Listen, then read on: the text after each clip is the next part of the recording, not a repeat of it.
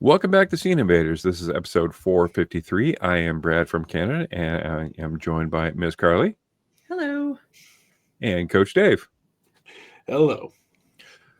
Thanks, everyone, for joining us. So today, this is the end. Not of the podcast. Carly had a great idea of what is the greatest movie endings of all time. Now, that is subjective, but we're right. So good luck with that. Right. But we're going to talk about what we talked about, and we're going to start off with our Twitter shoutouts. Thanks to everybody that contributed. So here we go. All right. So for the Twitter shoutouts, we got some good ones. All right. So we have Adam, who is a mediocre kazoo player at Walnut Jazz. He says, "Return of the King, you bow to no one." Shawshank Redemption, of course, and Wall-E. Okay, you know what? I just watched Wall-E, and I don't know if I'd ever seen it, but I know I cried a whole lot, like a lot, and I never thought a little robot with the sad eyes could make me feel so much. Right? Yeah, it was a great one. It is kind of two different movies smushed together, where it's like you have your first movie and then intermission and then second movie. Yep. Yeah, when Eva goes to sleep, right? Yeah, I think that was like their big conflict of, we're going to basically sell a silent movie to kids for about an hour. Yeah, and it worked. Screw the kids. I liked it. I still need to see it. You haven't seen it? No, I haven't. I haven't seen Up either. Okay, sorry. Ooh, don't. It's not my wheelhouse. It's sad. So sad. Oh, but then we have Sean Thompson at S. Allen Thompson.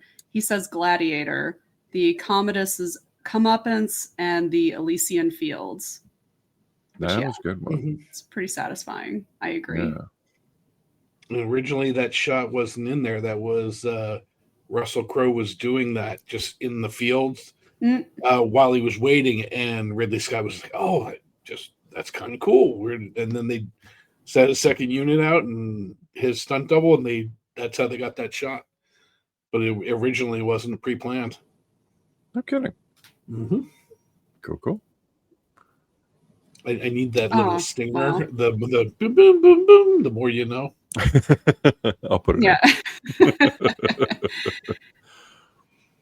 And then we have Andrew Memes at Memes Andrew. He says it kind of cut it off, but it was Lock, Stock, and Two Smoking Barrels. Now, this was the precursor to Snatch. I honestly don't remember the Lock, Stock, and Two Smoking Barrels, unless it is the scene in which where the guy is reaching for the two guns over the bridge or something. You got me. I haven't seen it, so I don't know. Unfortunately, you watch all these movies. Come on. I remember a bunch more running. It reminded me of a lot of Train Spotting, only more shooting. Just a lot of guns, a lot of quips, and a lot of running.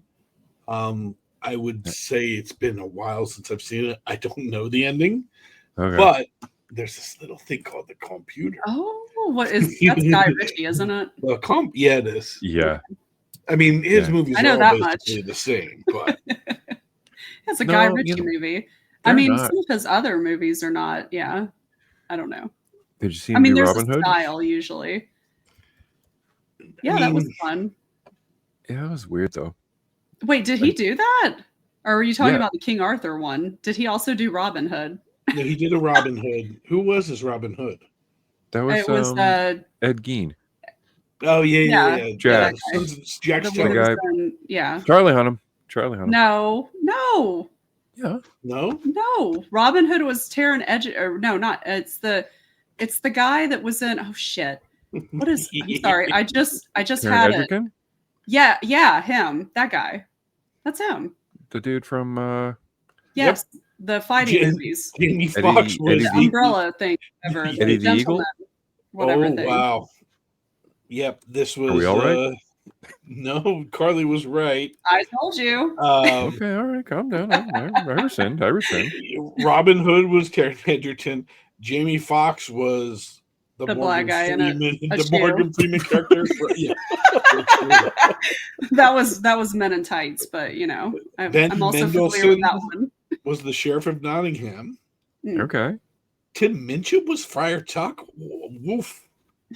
Okay. So, what was the ending of Lock, Stock, and Two Smoking Barrels? I don't know. We're on this tangent. Tom is about to throw the valuable antique shotguns off a bridge into the Thames when his phone, stuffed in his mouth, starts to ring. Yes. Okay. Yeah, because these shotguns are worth a lot of pounds or something like that. I don't know. I just remember that ending, and Jason Statham doing a really awkward backflip for no good reason. That's it. I mean, Professional, it was professional probably a good diver, reason. Jason Statham. Yeah, it was a great reason. Hell yeah. I think they were just getting stoned. Probably. All right, we're moving on. Yep. Then we have Scott Stringle at Scott_Stringle. He says the ending of Highlander. And I agree. I do remember that because he's got the power now. He's the last one. He can have babies. He gets to be with the girl. I forgot her name. Maybe it was Heather. I can't remember. But yeah, it was a very, very satisfying ending.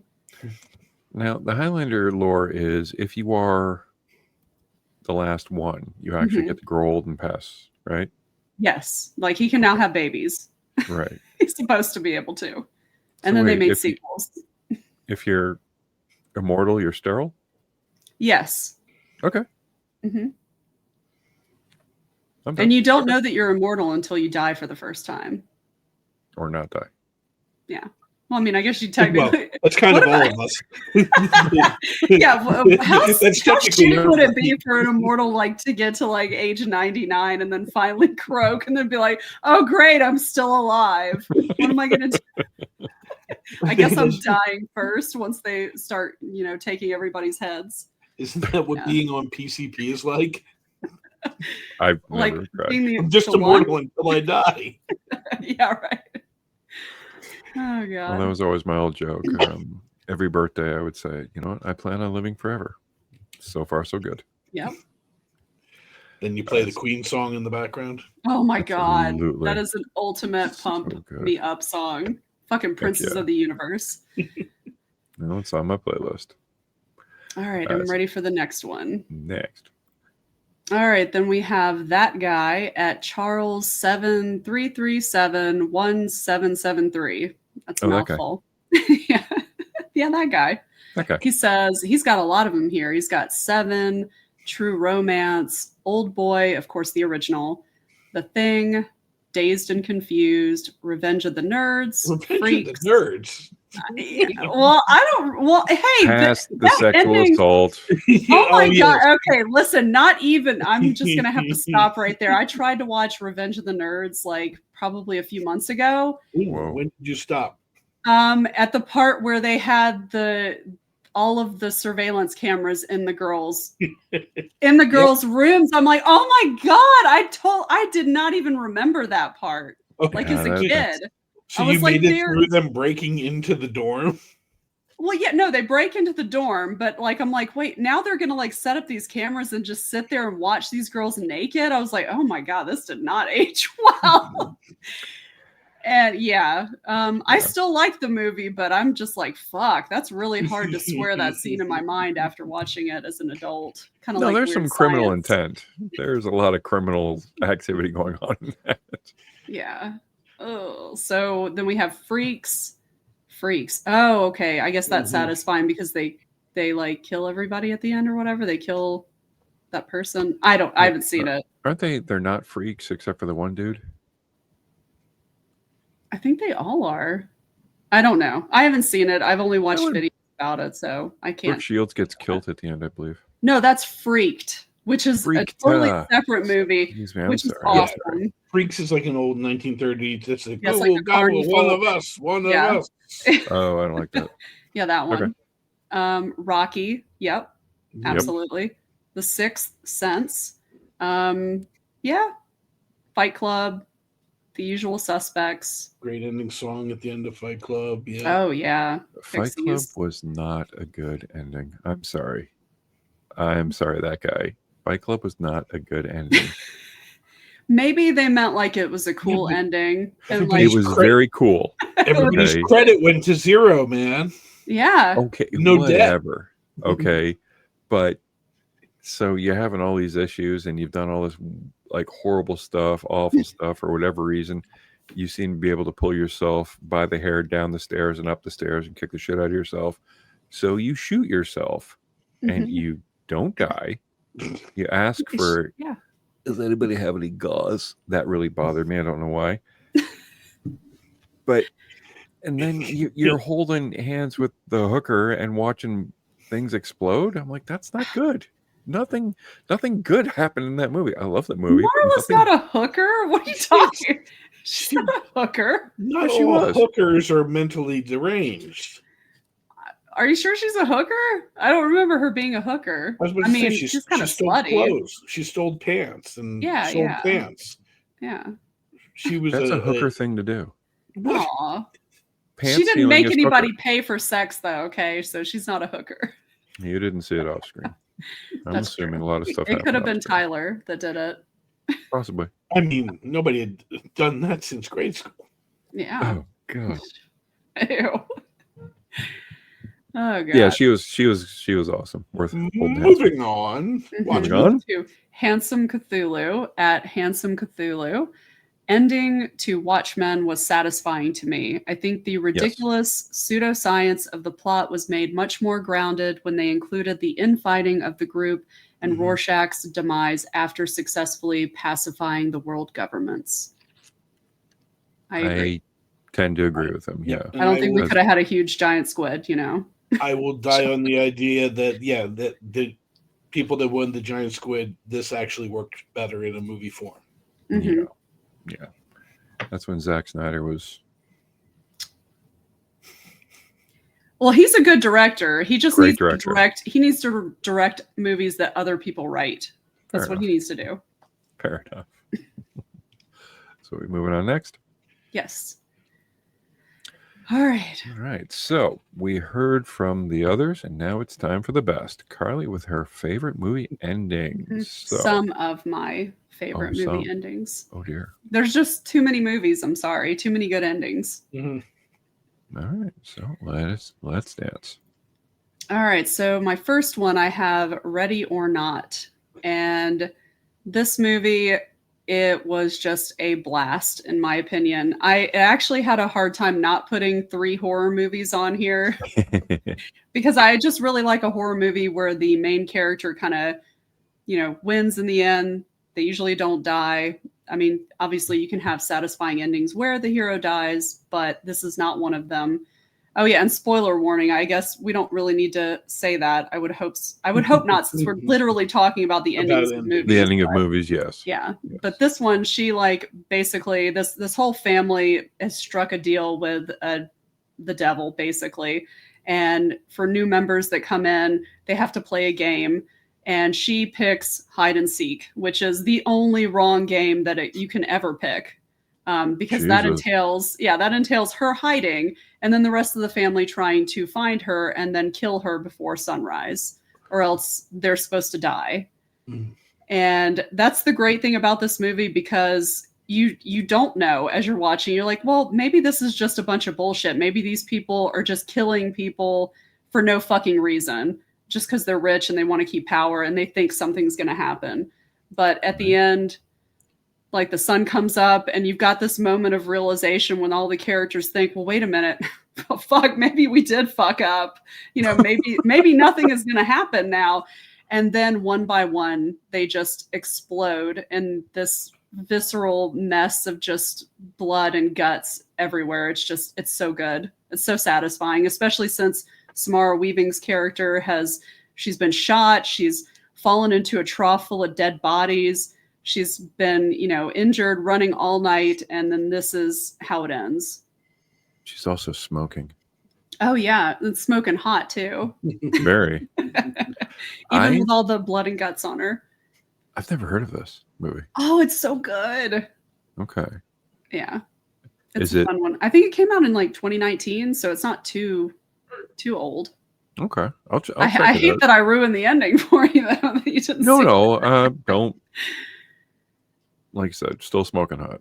Yeah, it's fun because the whole family is just so inept trying to hunt her down through the night or whatever. They're just like they're just a bunch of yuppies, you know. They're like, "Oh, well, Sounds like you got to use these old weapons or whatever. That's the way. That's the rules. That's what we have to do." Yeah. it's quite the premise. All right, Yep. so moving on. Yep. All right, the second one that I Whoa. have, yeah, Eternal Sunshine of the Spotless Mind. And oh my goodness, I rewatched this one recently, and this is basically Jim Carrey's character. He receives a card stating that his ex-girlfriend has had him erased from her memory. And so him being, of course, upset once he realizes that and hears that, he decides to have her erased from his memory. And of course, not long into the memory erasing process, he does realize that he's made a terrible mistake. And now we follow him as he does his best to hold on to any memory that he can. So, What a amazing premise. yeah. Do you guys have any memories you would like to get erased?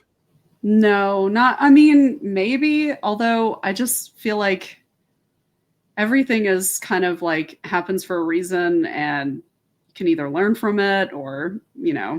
not. Yeah, but I mean, you would still be where you're at, and it wouldn't really drive you.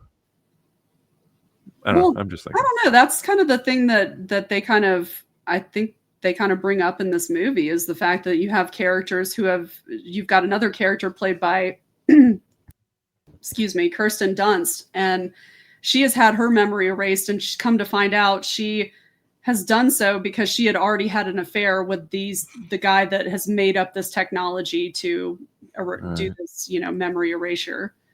And it's just like, I don't know.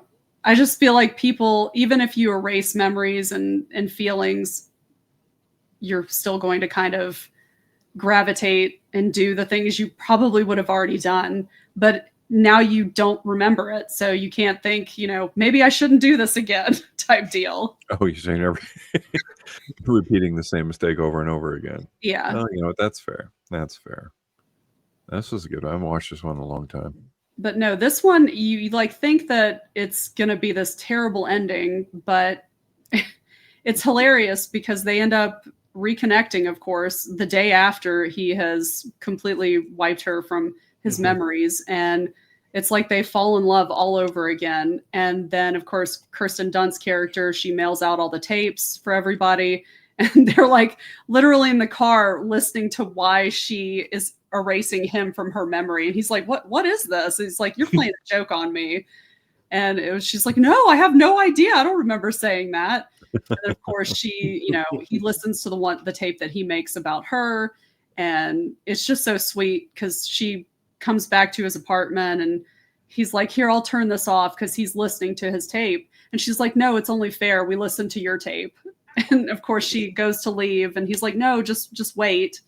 And she's like, what do you want from me? And, then he's just like, I don't know. Just, I can't see anything that I don't like about you. She's like, yeah, but you will, you'll find something. And he's like, well, I don't right now. And then they're both like, okay, well, let's just try this again. So I'm like, yay. I wonder how much money it costs to do all that. What, to erase somebody? Oh, I mean, you go, you do the procedure. I'm assuming it's more than like $19 or something, but Oh yeah. But I don't know. Did you see the help he hired? Oh God. Oh my God, Elijah Wood's character is such a fucking creep in the movie. It's like, it's so terrible. So cringy. But yeah. No, I love that ending. It's a good one. All right, I'm ready for my last one. And of course, it has to be It's a Wonderful Life. Mm-hmm. I mean, obviously we get to see what his life would be, what everybody's life would be like without him. And of course, he comes back and realizes how great he actually had it. And everybody's there. They've all pulled the money together to get him out of this huge legal trouble he's going to be in. and it's just great. I love it. I watch it every Yeah. Christmas. It's a family tradition. That's awesome. I don't know if I've ever seen it all the way through. What? Oh, yeah. Brad, it's so good. No, I mean I've seen the ending, I've seen the beginning, I've seen it spread. I don't know if I've ever actually just sat down and watched the whole thing. It's a really good movie. It actually I never get bored with it. I like it. I laugh at every single part that I always laugh at when I watch it. I'm like, oh, it never gets old. I can see like James Gunn doing like an anti-version of this, where it's like there's a story about like the most hated man, and he was shot dead on the streets, but nobody saw it happen. Well, that actually inspired the ending of Roadhouse. Yes. Oh, wait, which part? The polar bear part. When the dude got shot, and then what happened? He's, I didn't see anything. I didn't see anything. A polar bear fell on either. me. Before wait, are you talking about the original one? Yeah. Yeah. Oh, I don't. Geez, I guess I need to rewatch that movie because I don't remember that part. I must have just been too focused on all the throat ripping. He did it once. I think he did it twice. He did it twice, Brad. No, he did not. I'm pretty sure he did. No, I knew he they did told a story. They told a story about him ripping a throat out. Okay. Then he ripped out Jimmy's throat. Okay. And then he was ready to rip out Brad Wesley's throat. He had the 3 claws ready to rock and roll, but he didn't. Yeah. God, that's a good movie. It is. Well, those are really, really great endings. I'm gonna have to watch that horror movie. Yeah, Ready or Not. Yeah, even though I know the ending. Yeah, it's good. It's still, you'd still like it. I think it's pretty funny. Sure will. All right. So next up, we got Mr. Coach. All right. Generic title scene and no. Coach from Scene Invaders, most satisfying movie endings. You've got the clacker, and you've got the old school film to film reels, which we don't have anymore. But we have them. All right, number 3. It was said in the Twitter shots, but I mean, Usual Suspects, just the absolute master foretelling of what really it is as he's weaving the ultimate lies of lies. It's just so kind of perfect. And although I did enjoy, I think it was Scary Movie, parodied it with Officer Doofy. Oh yeah. At the end. Which is almost as satisfying as The Usual Suspects. Mm-hmm. Bold statement. My number 2. Every man on this earth to at least his 40s, I'm pretty sure would love to retire this way. Mm-hmm. Just if we could all just run away from all of our problems to San Juantaneo. And he's so lucky he remembered that name of that town, because I forgot it. But as much as I would like to retire in that manner, I don't know if I really want to put up with what he did to retire that way. Andy Dufresne crawled through 300 yards of shit and came out clean on the other side. No, listen, I would do that for the couple $1 million. I'm talking about the 2 years of getting raped. Oh God. Which he did. Yeah. Well, I don't know. I do. No. I mean, if I knew that at the end of 2 years of me being raped, I was gonna get out and have like millions of dollars, I could maybe deal with it. I don't know. I could not. You all are much stronger than I am. It depends on the amount of money and the amount of rape. Let's say. And what kind of rape it is. I'm assuming it's not tender to make you feel good rape. I'm assuming it's fill you up. Next guy, fill you up. Next guy, fill you up rape. I mean, some people like that. I don't know. Well, and maybe Andy Dufresne liked it. No. Well, now that Shawshank has been ruined for me, I don't have much left. I'm sorry. Listen, all I want to do is strip a little barnacles and paint off a boat and just send it on its way. I mean, Yeah, but okay, but Andy Dufresne never sat down. sure, and I'm sure the cartels probably run San Montaneo, so I'm sure too. But He's still not sitting down. Look at him standing. okay, He's hunched over. He's like, all right, "Oh, there's my you know friend. what? Can you help me?" I Sorry. know that you cannot poo-poo on my next one because my number one There's a Challenge joke there somewhere. accepted. Homeward Aw, Bound, an incredible Okay. journey. yeah. Yes. Except for they're all dead now. They're all the pets are dead now. Yes. So sad. Jesus. It is one of the great pauses in cinema history of Shadow, Mhm. Chance, and Sassy. And you have Sassy and Chance bound over the hill to the new home, and you have Peter, who is just making excuses because there's no way Shadow could have made it. Oh. And then Shadow is just Yep. Peter. Now, who did the voices? I know Michael J. Fox did the one. Was it what's her name and Sally Fields? Is she the one who did the cat? Yeah. I think Sally Field, but I cannot remember who did. I'm trying to remember the old guy. Like I want to say it's like a Peter Falk, but I feel bad that I don't know. it would be great if they actually, I don't know, like had them at the top. No, Top Yeah, why are cast. they not top billed? Yeah, top cast. Don Adler, Molly's father. Nobody cares. Yeah, Who the what hell is is Molly? Shadow? Yeah, come on. Shadow, Chance, and Sassy. Oh, well, they had the Shadow was played by Ben the dog. Oh, good. Oh, okay. Don Amici was Shadow. Don Amici. Okay. Michael J. Fox, Chance, Sally Field, Sassy. By the way, right? You guys were right. Let's see. Anybody else? And nope. Who played the lone drifter that threw rocks at him? Because I'm sure that got top billing before the dogs. Forest Ranger Mark. This is a whole bunch of this is Robert Hayes was that the dad? I think so. That's when he developed a drinking problem. Oh. Because he had to shoot at dogs. No, it's just a bad airplane reference. No, I got it. All right, Brad, you bring yours up. I'm ready to mine up. poo-poo. Okay. Listen, we're not making fun. I'm ready to poo-poo on yours. Homeward Bound was great. Come on, great ending. Mm-hmm. All right. The Tron was last week. Glowing. I love that font though. I believe it's Papyrus. Oh. Well, how's it all glowy though? I like that. I asked AI to make it neat.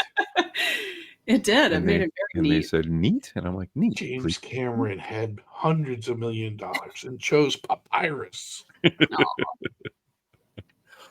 All right, so my number 3. I also watched this the other week, and that was The Lion King. I don't know, man. That Pride Rock went through a whole lot of stuff, and although I do not understand how nice people or lions and animals being around made everything grow back better, and the foliage come back versus like the dark doom and gloom. Mm-hmm. But watching Simba after he left his Uncle Scar to get murdered by hyenas, okay, got a little dark there, and just go up and in the rain and just roar, I cried my eyes out.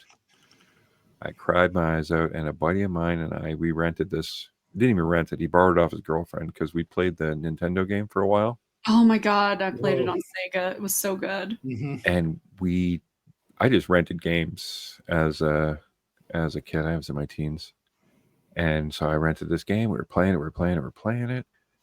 And I don't even know if I ever beat it. And my buddy Bob, he looks at me and he's like, "You ever see the movie?" I'm like, "No." And he's like, "Well, my girlfriend has it. Let's grab it." So we went out and grabbed it. We watched it.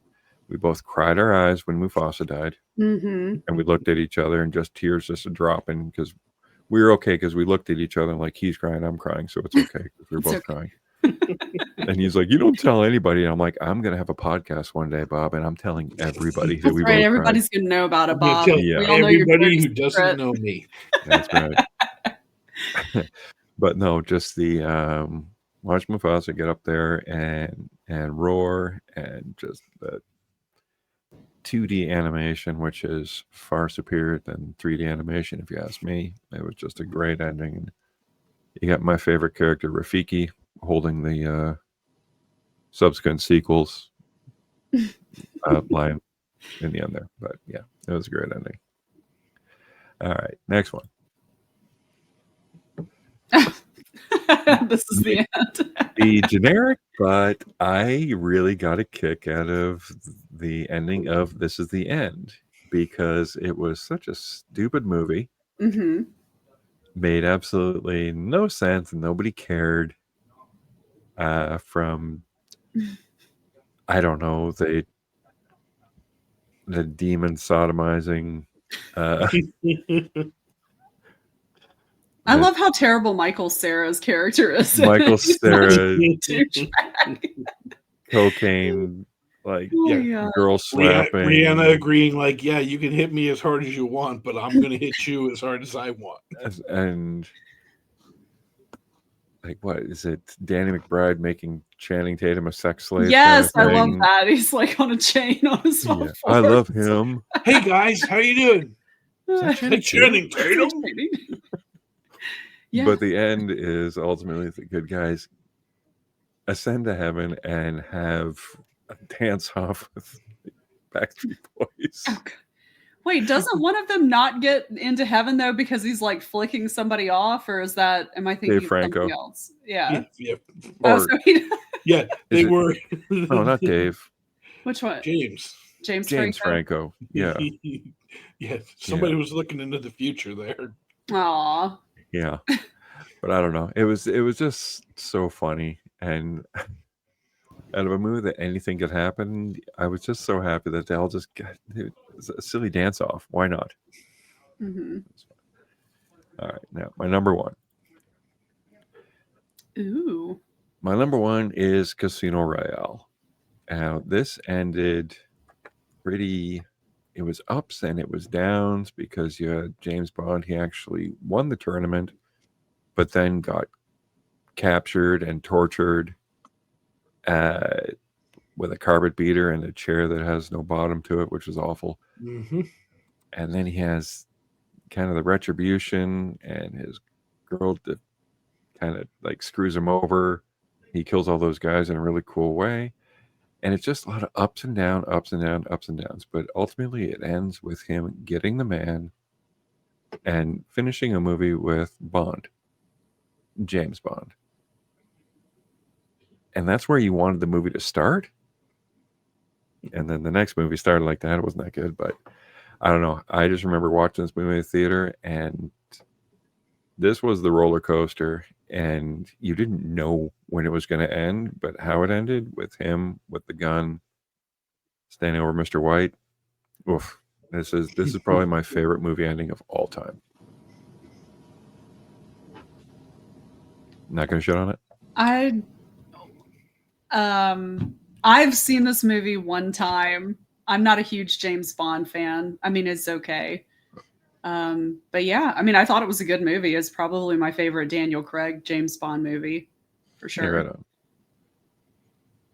I think it's one of the ones where the female lead, Oh, Eva Green is so fucking hot.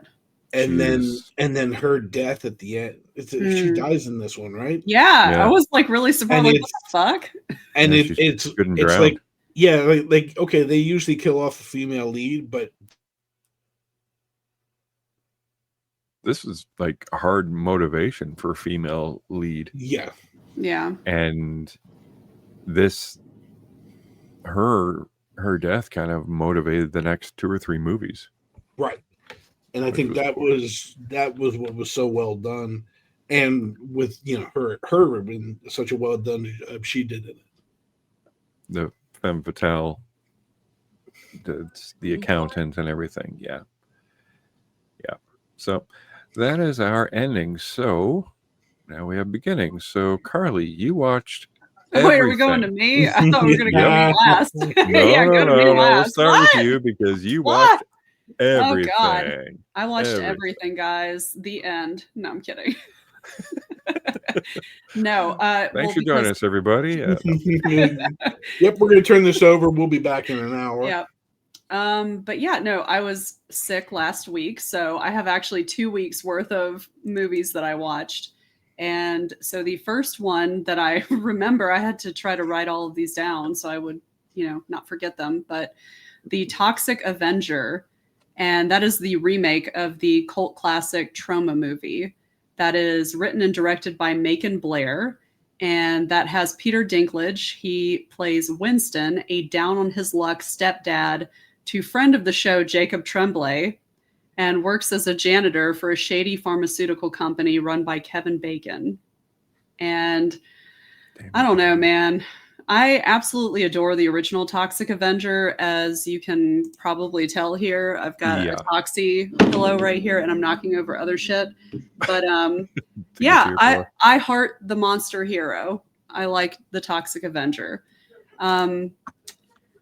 I really wanted to like this movie so much more than I did, but I really couldn't. I do understand that the vibe they were going for, but most of it just kind of came across as cringy, and unfortunately it just didn't land for me. It wasn't awful, but I really have zero desire to watch it again, and it kind of just made me want to watch the original again. So I do have a more you know for this one. Oh, okay. So somehow they struck a deal with the proceeds that they got from the theatrical release. Part of it would go to eliminating medical debt. Oh, so okay. Once medical debt in the United States goes to collections, it's sold off for pennies of the dollar.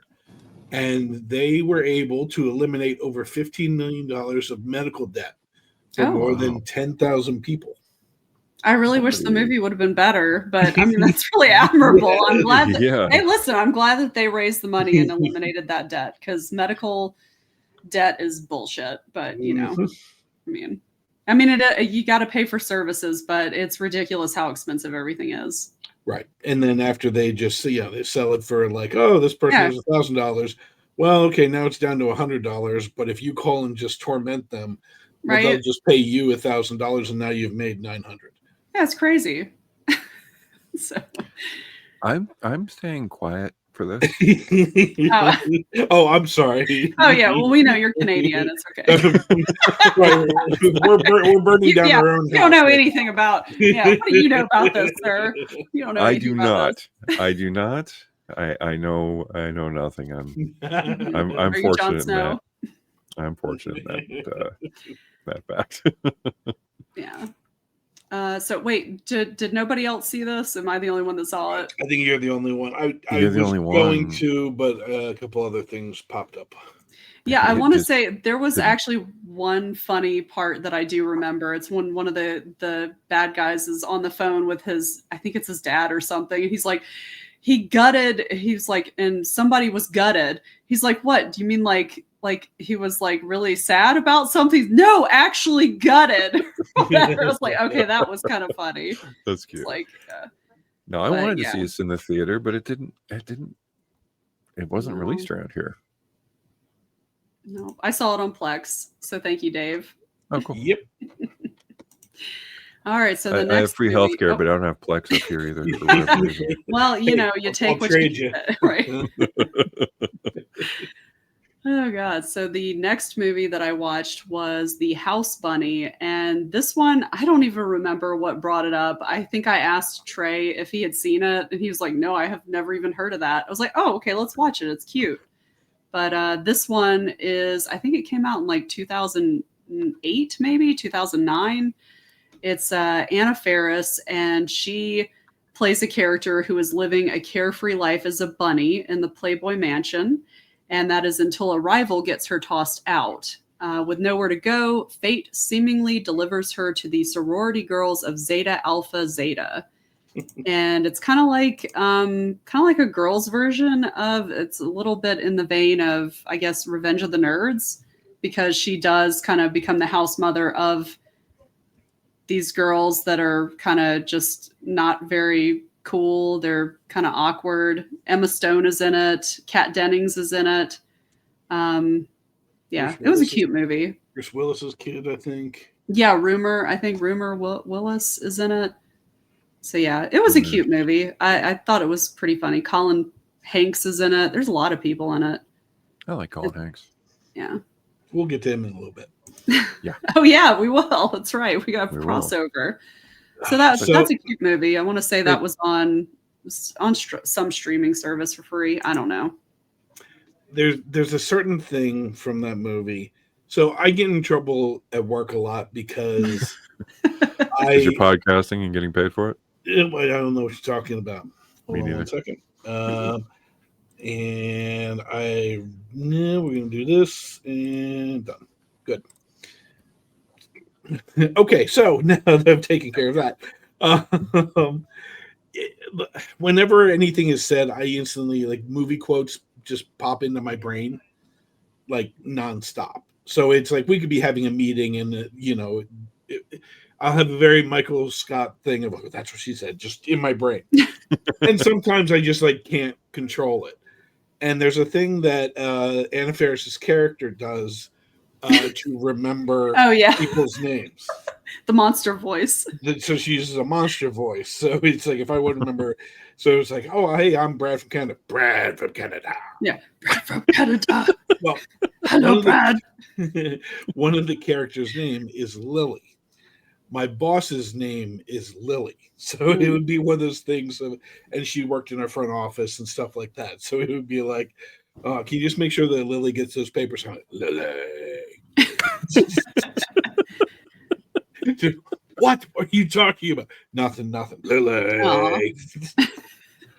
I'm gonna try that because I'm terrible with names. I have people. Everybody when I used to go into work in an office setting, people be like, "Oh, hi, Carly." I'd be like, "Hi, I don't know your name. Hi, I'm sorry." Oh, I work with maybe 40 people, and I know Juan. He's a good dude. I know Jaron and Harjot and Harmon. But everybody else is, hey, doll, what's up, stud? How you doing, bro? How you doing, guy? What's up, man? Yeah. I'm assuming that the cell phone wrecked it for me because I used to remember phone numbers too, and now not so much. I don't know. It just feels so weird if I say somebody's name while I'm saying hi to them. Like, hi, Brad. I'm just like, hi. Hi, Carly. Like, it just feels How like, are you, Carly? I don't know. Oh, yeah, I don't like that. Right. Yeah, they're weird. So I'm going to use the monster voice tomorrow. You use the monster voice. Hi, Juan. He'll beat me up. He'll be like, "What the fuck? What's wrong with you, Brad?" No. Plenty. They know me. I've worked there too long. Okay, that's fair. So then the next movie that I watched was Child's Play 3, because I am in the process of going through all the Child's Play movies. This one. Is the one with the military academy? Yes, this is the one with the military academy. And yeah. I thought I remember this one being better than it was, but it was not very good. It's okay. It takes place 8 years after the events of Child's Play 2. It's not awful, like I said, but I did find it kind of boring in parts, and it's definitely not nearly as good as the first two. So I just remember one, the kid gets his ass kicked a lot because nobody likes him. Yeah. And so that got sad. And the other one is Chucky really had to stay there a long time to swap out that ammo. Oh my God, I know. It totally doesn't work that way either, but No, it doesn't. But dolls don't come to life either. So no. No, I just remember that it was like a long montage of him like swapping out ammo, and I'm like, wow, he's really putting the time in. He really is. Yeah. Yeah. So that was okay. So then moving on, this past Saturday, I was like, okay, I usually watch a bunch of movies that I want to watch for the podcast. So I told Trey to pick out a bunch of movies that he wants to watch and we would pick one. And we actually picked two. One of them wasn't even on his list. We came to that one together because I was like, it's like October and you didn't pick anything horror related or like spooky, nothing. And so that brought us to the Slumber Party Massacre. And this movie, oh my goodness, it was a delight. Have you seen it? Yes. Okay. Yeah. So basically, it's just a group of high school friends. They throw a slumber party, of course, only to have an escaped lunatic with a power drill crash their party and go on a killing spree. Yep. Yeah, it's very silly. It's completely unpretentious slasher exploitation film filled with tons of TNA and some really fun kills. There's so many negligees. Oh my God. And so many boobies. I was like, Yeah. oh, there's more boobies. It's like, I miss that in movies. There needs to be more boobies. I'm like really tired of just seeing full frontal male nudity Just in wang, movies. yes. Yeah, Yeah. I don't want to see the wang, please. Just show us boobies. Everybody wants to see boobies. It's Even not women. an attractive piece of anatomy. Breasts are actually a lot more fun to look at. Right? When South Park did Game of Thrones stuff, they just had this song going, penis, penis, penis, penis, penis. And that's the way I feel about most modern movies. Right? Let's just show the wang all the time. We don't show the women anymore. We just show the wang. It's like, no. I don't even like women, but I would much rather see breast than wang in a movie. Sorry. Well, I think I have the title for this episode. I'm tired of wangs in movies. I'm tired of wangs in movies. I'm just tired of wang. Yeah, give me more boobies. More boobies, less wang. There you go. Boobies, less wang. Gosh, that is the platform Carly is running upon, and she has my vote. How do I alter that for the logo? Oh God. But then on a serious note, the other movie that I chose to watch, which is one that he wanted to watch as well. It's the original Magnificent Seven, the 1960 version. Oh. Wow. So, yeah.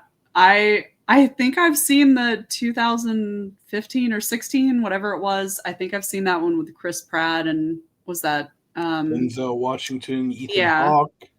A lot of cool guys. Yeah, the Vincent coolest. D'Onofrio. Mm-hmm. But yeah, this is basically before that one, and I just love Yul Brynner and Steve McQueen's characters in it. I could listen to Yul Brynner like talk all day. Yeah. And because I was like, where is this motherfucker from? I was like, what kind of voice is that? I was like, oh, he's from Russia. I was like, oh, okay. And then I had even more respect for him when I found out that apparently I think he got rid of his US citizenship and moved back to Russia to evade taxes because of the tax system in America. I'm like, I don't blame you, dude. I respect that. Yeah. Fuck taxes. Oh man. But yeah, so that was a fun one. Westerns really aren't my favorite genre, but I really did enjoy it. That's cool. I haven't seen that in forever. And then so Saturday morning, I actually took Ben to go see Black Phone 2, which I what? He called it in the chat. No, I saw it on you put it on Facebook, you and Ben, like, what are you gonna go see? And everyone's asking. I'm like, Black Phone 2. Yeah, right. Oh my God, he was so excited. He was just he couldn't wait to get his icy when we got there. He was just, and of course he's so sweet. He's like asking me questions like, buddy, I don't know. Let's just watch the movie. He was pretty good though. He's very well behaved for a 9-year-old, especially in a movie theater. So that's cool. But yeah, this takes place 4 years after the events of the first film. And we follow Finn, the main character, as he struggles with his life after captivity and killing the grabber. Basically, his sister begins receiving calls in her dreams from the Black Phone and witnessing disturbing visions of 3 boys being stalked and murdered at a local winter camp their mother attended when she was younger. So, yeah, it was kind of like, I don't know. I liked the practical effects that they did. I just realized something though, thinking back about the movie. Nobody fucking dies in this movie. Nobody What? is killed in this movie. Wow. Nobody dies. Yeah, nobody dies. Are you Impressive. shitting me? I'm not shitting you, but it's still, hey, listen, I still really enjoyed it. I hate to say this, I probably enjoyed it more than the first one, and that's just because it was a totally different movie. Okay. Like, because it focused more on his sister's dreams and how it connected to the mother, kind of tied it back to the first one. So I like that. The characters weren't anything to write home about, but I think I just liked how it was different than the first one. And it kind of obviously gave you elements of A Nightmare on Elm Street. You know, he's kind of like Freddy, where, well, I don't want to give too much away, but Right. anyways, it was fun. Both me and Ben really enjoyed it. That's So. cool. And- what did you think about the first one? Like, were you on board with the first one?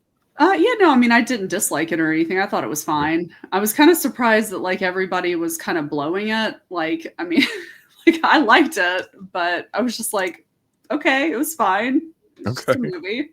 I guess maybe they liked what's his name in it as the bad guy. Maybe that was the whole thing. Ethan Hawke. Maybe. Yeah, could be. I don't know. What did you think about it? I just thought it was a movie. You know, Yeah, it right? was like I didn't understand why everybody's like blowing the movie. Basically, everyone I'm like, loved okay, it, and yeah, I was like, and you know what, Okay. it's not bad. no, I had fun with it. Some silly things happen, but it's a movie, and yeah, there's Ethan Hawke, cool. But it was like, yeah, what are you guys seeing that I didn't see? All right, fair enough. yeah. But And Dave, I then- know you watched it. Yeah. oh yeah, Right totally. there, day one. hmm Too scary. Let's see. I also watched Ginger Snaps, and that's an older one. That's like 2000. It's about the two sisters that one of them gets bit by a werewolf. Have you guys seen that at all? Oh yeah, Okay. there's that one line that freaks me out more Which than one? anything. It says, "Imagine hair everywhere except your eyes." Oh. Mm. And I don't know, I don't like that was in the trailer, and it freaked me the hell out. I don't know why, because that's it's werewolf, right? Yeah. Hair everywhere except your eyes, and just that visual and just that feeling just really freaked me out. But that was sold a bit on that song. Which one? Was it by Tattoo? Was it? Oh, All the Things She I Said? think Yeah. she said. Or Yeah. not I don't gonna get remember it. that. Oh, I thought that was in the trailer. It I might don't know have if they made it to the movie, but It definitely was not in the movie. okay. I just But like it's how you guys, probably, yeah. as soon as I said Tattoo, you're like, oh, I know that song. Well, yeah, it's the only That song by them one that I song know. they did. Yeah, the one where they're kissing, that fake lesbian relationship that they had. Yeah. I don't know. Yeah. Yeah. But no, Minnie that's getting- Driver's character, she plays their mother, and her performance is the best part of this movie. Like well, it's Driver's pretty great. oh, it's so cute too, because like you can tell she like loves her daughters, and basically the sisters are trying to distract her from a dead body they're trying to hide, and she does this by asking her. She's like, "What do guys want?" And she's like, she just looks at her. She's like, "Oh, Bridget, I Aw. thought you'd never ask." And then we get like a hard cut to the next scene, and they're like sitting on the couch, and she's got milk and cookies out, and she goes, "And that's what men want." And I'm like, I wanted to know. Yeah. I'll I never kinda know wanna too. now. What do men want? That Tattoo song. Yeah. That's Two right. girls kissing. Yeah, That's it's a what they tattoo. want. Yes. it. Yes, Right. all men want tattoo. All men want tattoo. Yeah. And more boobies in movie and less wang. That's right. That's it. That's right. No more weighing all the boobies. But I did really like that they treated the lycanthropy almost like a sexually transmitted disease, and that you didn't Yeah. really need anything special like a silver bullet to take it out. I really did like that. Yeah, they kind of kept, I don't know, made it almost science Yeah. versus like mythological. Oh, I gotta watch that again. You just need penicillin, not silver bullet. That's right. Got it. Pen and silver bullet. Yeah. And oh god, oh man, oh, this is such a good movie. So I watched this just the other day as Tremors, and my son loved it too. So he was bundled up on the couch with us while we were watching it. Oh my goodness, this is probably my favorite creature feature movie, and I just love the dynamic between Kevin Bacon and Fred Ward's characters. They're so good. You know what? That might be a good one to recast. Oh yeah. Oh man, I don't know who I would recast though. I mean, you got the Reba McEntire character, Jacob Tremblay as the worm. Yes, as one of them. And one of three. Yeah. No, that is. God, I remember watching that and just, this is so silly, but I'm enjoying the hell out of it. Oh yeah, it's such a fun movie. I mean, the practical effects still look great too.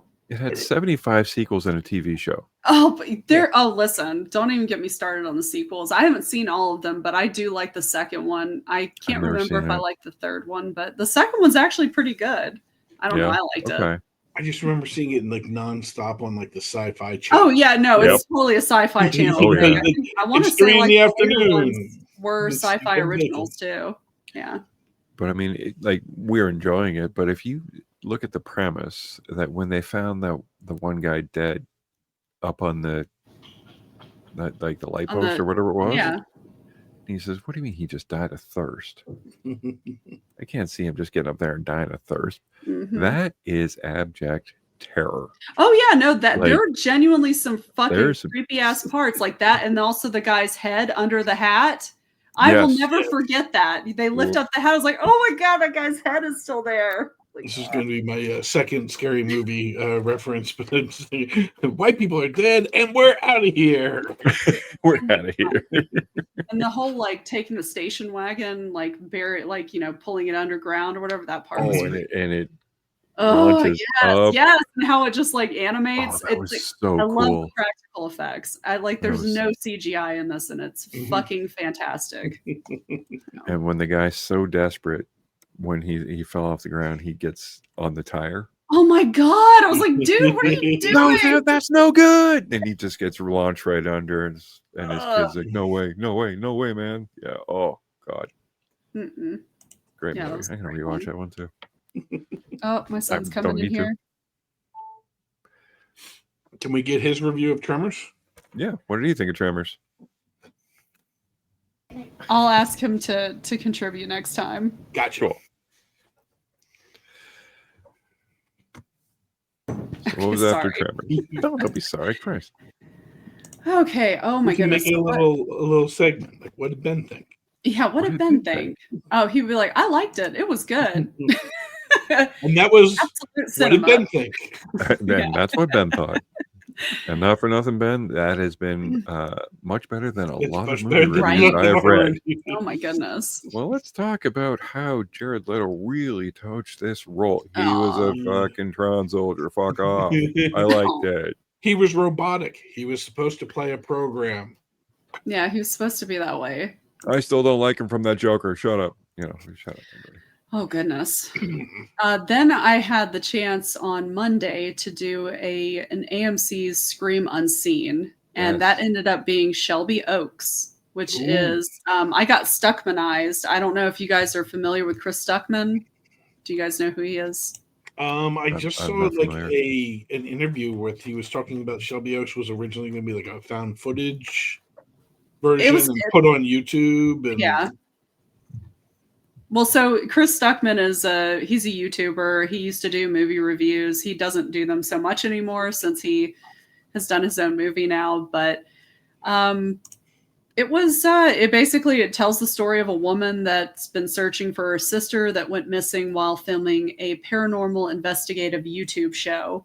And, the movie looks great, but and of course, the underlying story has an interesting premise, but I think it could have benefited from another set of eyes, maybe a couple of rewrites just to kind of tighten things up or change things a little bit, because the story was a little lacking. It wasn't bad, don't get me wrong. And there were, of course, aspects that reminded me of the Blair Witch Project and Rosemary's Baby. But yeah, the main actress is great, and I do love the scene with Keith David. He plays the prison warden that they go and interview.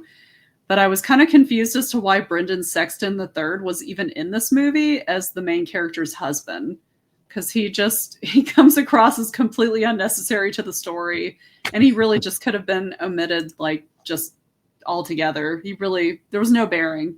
It just kind of would have cut it a little bit, made it a little bit shorter without him. But yeah, is he just eye candy, or? No, he basically is there to like ask his wife why is she not going to give this new evidence that she found to the cops. Like, well, why didn't you give that to him?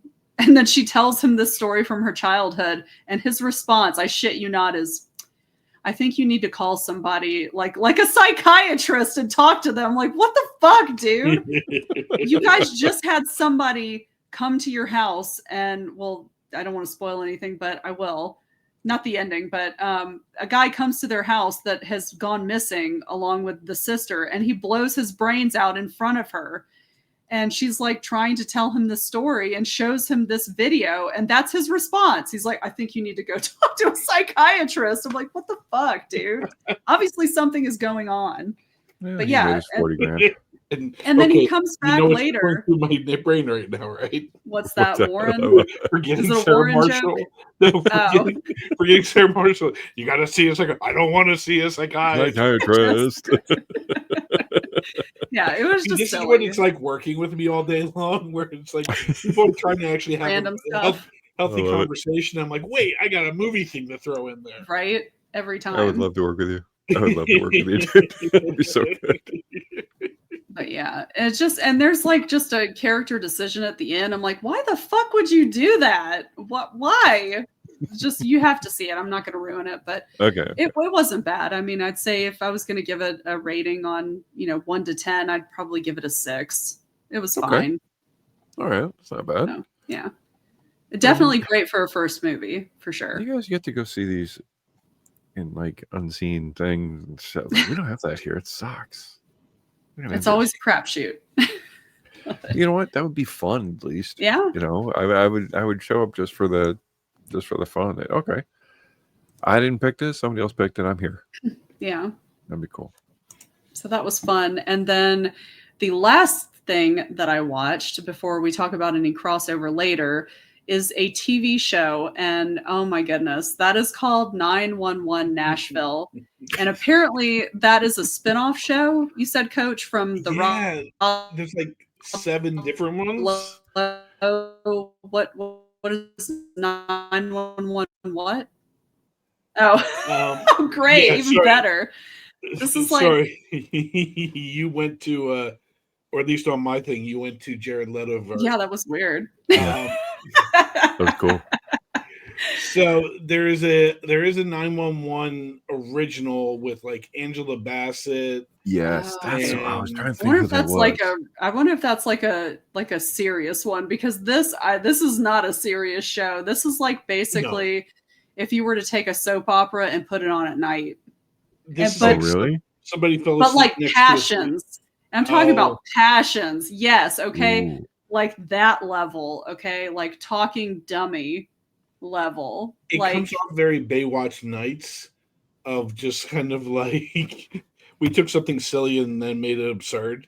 Oh, for sure. And poor Chris O'Donnell, I think he's supposed to be like the main character, but he's done something to his face and he just looks weird now.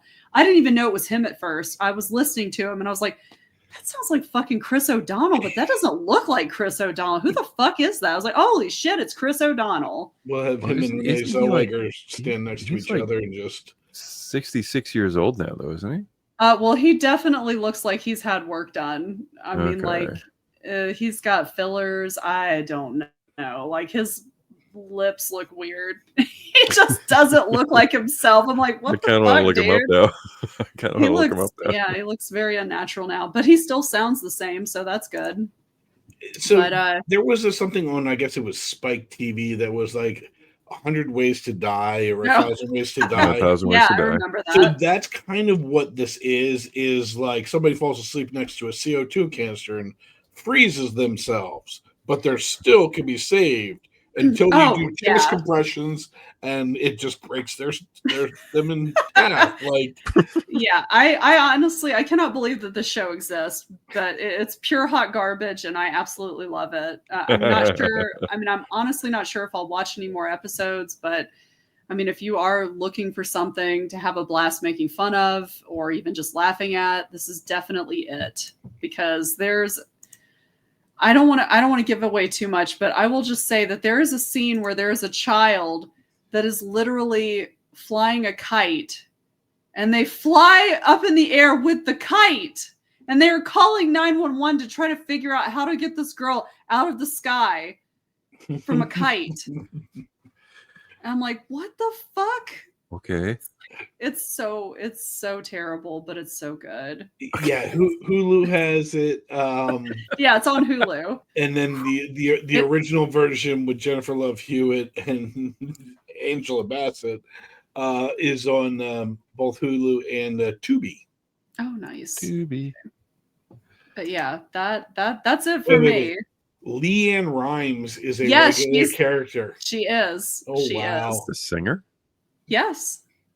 And I felt bad too because Trey was watching it with me and he's like, "How old is she?" I was like, "I want to say she's either my age or your age." He's like, "She looks bad." I was like, "Oh, thanks." I was like, you look way better than her. Yeah, he looks. He's like, she looks a lot. I mean, I'm sorry. You look a lot better than her. That's what he said. I was like, okay, well, she is Leanne Rimes, though. She's got a lot of money. Now I want to look up all these plastic people. Oh, you should. It's starting to get really bad. And apparently, like Bradley Cooper.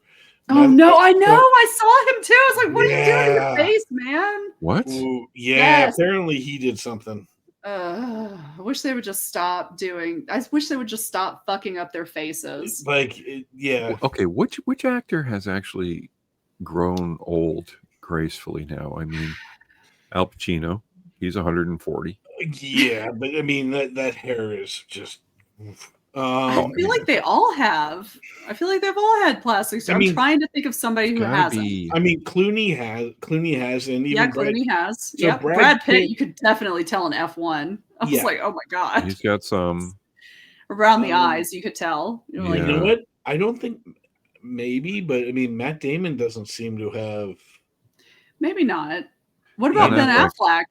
Thinking about him, he's got a lot of injections in the forehead. Oh yeah, probably. Hey, listen, I'm fine with the injections, like as long as it's not like fillers. The fillers make people look so weird. You know what freaks me out? And I don't. This is a lot of female actors get this done. Their lips look weird. Oh, yeah. I don't know what they did. Because they're not supposed to go with their mouth. It's too big. Yes. Yeah. I don't know if it's fillers or something, but it looks like something has been stitched back in their cheeks. I think it has. And they got these stupid permanent pouty lips. Nicole Kidman, like she's one goodness. It was rough. She's absolutely beautiful, baby girl. Yeah, I was so sad to see her, and I was like, "Girl, what have you done to your face?" But so many actresses have done it now, and it's just yeah.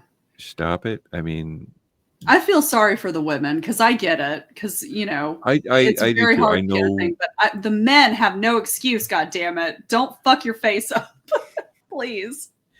Well, didn't Zac Efron do a bunch of stuff or something? Oh my god, he looks terrible. He looks like I don't know what he looks like. He looks weird picture. I know it's been altered. Ryan Gosling looks pretty bad too. He's had too many fillers. Yeah, he's had too many fillers. Yeah. He was looking a little rough in in The Fall Guy. I mean, I was very distracted by both him and Emily Blunt, and I like Emily Blunt. She's very pretty, but I was like, oh, she almost looks like she's getting a little bit too much fillers too. Yeah, her in the Smashing Machine was a little bit. It was the tough thing is, I mean, we have these super high def 4K. Yeah, that's true. That's true. It shows everybody's flaw. Yeah, like it used to be like we're going to the movies. Yeah, you're squinting to see. Now it's like I'm front row at IMAX. Yeah, you're like, oh Jesus, what the hell happened to him? I was commenting on that with Brad is on IMAX. Jared Leto had this little blood vessel vein right here on his eye, Oh, no. and I'm just staring at it, just like the whole entire time. I didn't see it in IMAX, so I mean, I Aw. watched it. But he's a pretty man. He is. Very pretty man. So speaking about filler, I'm sorry, was that Carly? Was Yep, that that was okay. it. So speaking about fillers and people that didn't have anything done, I saw Roof Man, which is starring Kirsten Dunst, who doesn't seem to have, she is. I agree. I think she is. I think that is a pretty natural graceful. looking face. I agree. However, someone that did have a lot done was also in this, which is I lost it. She was in Ted Lasso and Juno Temple. Yeah. Oh Temple. no! Oh, she had stuff done too. Yeah, I mean, like Damn. she lost a ton of Her weight, lips. and then she's kind of had stuff done. Let me Gotta be go her back to just I feel like she probably had her lips done because I feel like Yeah. she had thin lips. the concept of Roof Man, and I'll just read the IMDb summary: is a charismatic criminal while on the run from the police hides in a hidden space in a toy store. There, he adopts a new identity and becomes involved with an employee, beginning a relationship as unlikely as it is risky. So basically, this guy was known as like the Roofman thief, and he would rob McDonald's. And he would go in through the roof, and when the crew would come in on a Monday, he would lock them in the freezer and steal the money, and then run. And he like did this like 40 some times, and then they caught him, and he escapes from prison and is on the run on the roof, and he goes through the roof of a Toys R Us and kind of lives in the middle of a display. Mm. So basically, every night he comes out and all that. It's really tough because Channing Tatum is so fucking charismatic that you want to like him, and you want to, and but ultimately, like he falls for Kirsten Dunst, who is a single mom of two, in a church choir and everything, and he basically woos her and scams his way into their lives. And like the kids fall in love with him, the mom falls in love with him, but this guy is a criminal. Like there is no like happily ever after here. I don't know how he got everybody to be in this movie. Channing Tatum, Lakeith Stanfield, Peter Dinklage. Like it's kind of like a who's who of character actors in it. And like they made this for nothing. And the thing is, like, it's actually well done, but the whole time you're like, he's a criminal. Like, yeah, no good can like. It's not gonna be like, oh, well, we'll just let you off. Let him go. I mean, there are some hijinks. There is a lot of Channing Tatum nudity. Because he has to have a shower 24 times apparently in the movie. See his wang? No, you don't see wang. Well, no, you see tip. But Merkins are just apparently can't control the Tatum. I don't know. Like, I don't know. What would you call it? The Channing or the Tatum? I don't know.